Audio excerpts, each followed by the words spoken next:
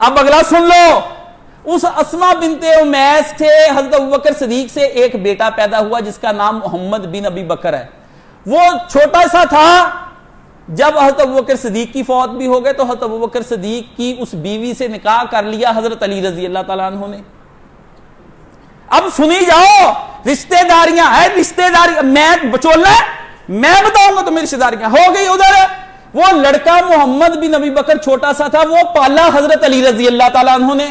پتر ابو بکر کا پالا حضرت علی رضی اللہ. بتاتے نہیں، شیعہ بھی ڈر گئے، سنی بھی ڈر گئے. بند کر دو کاشف دا خطبہ، یہ تو پول کھل گئے سب کے، سب کو فکریں پڑ جائیں گی. اب یہ بھابی تھی، کون تھی؟ کس کی بھابی تھی؟ حضرت علی کی بھابی تھی کہ جعفر کی بیوی. جعفر کی بیوی نے شادی کر لی ابو بکر صدیق سے، تیسری شادی کی انہوں نے حضرت علی رضی اللہ تعالیٰ. وہ لڑکا آ گیا حضرت علی کے ہاتھ میں، محمد بن ابی بکر. حضرت علی نے ابو بکر کا وہ پتر بالا اور اپنا بیٹا سمجھ کے پالا اور اس کو مصر کا حاکم بنا دیا. کس کا بنا دیا؟ مصر کا. 28 سال کا خوبصورت نوجوان. کس نے قتل کیا؟ سن لو، آج کھل جائیں گے کچے وی تے چٹھے وی. کس نے قتل کیا؟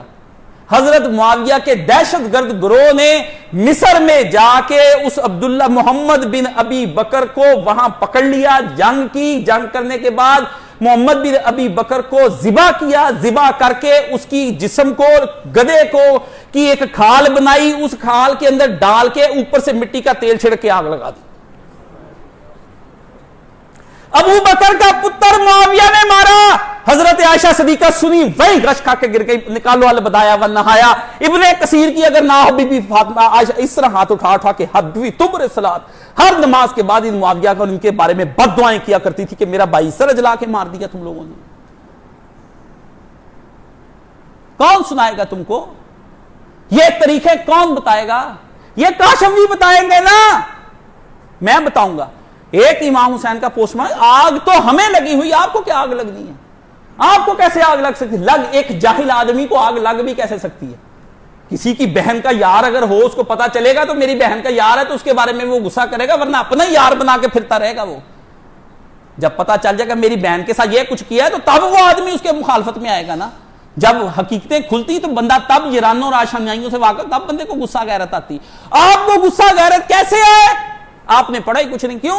آپ بے کان بند ہے. کیمبرج پڑھانا، آکسفورڈ پڑھانا ہے جی، کیمبرج یونیورسٹی پڑھا رہا ہے، بیکن ہاؤس سکولے منڈے پانے، ڈی پی ایس وچ پڑھانے تے با بلیک شیٹ تے ہیو یو اینی وول تے یس سر بکواسیات، کتیات، بھونکیات پڑھانی ہے. آپ کی اولادوں کے اندر غیرت کا کون سی خلافت؟ مولوی صاحب کا خطبہ سن لیا اور پیٹ اٹھا کے ہم یہ تاریخ کس لیے پڑھ رہے ہیں؟ کوئی چسکا ہے؟ مجھے بھی بڑا چسکا ہے، میں آپ کو سنا دیا کروں.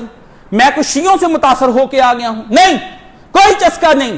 وہ نظام حکومت جو محمد رسول اللہ صلی اللہ علیہ وسلم نے قائم کیا، 1,24,000 کم و بیش پیغمبران گرامی اس زمین پر خدا نے بھیجے اس واسطے کہ زمین پر جا کر میری حکومت قائم کرو.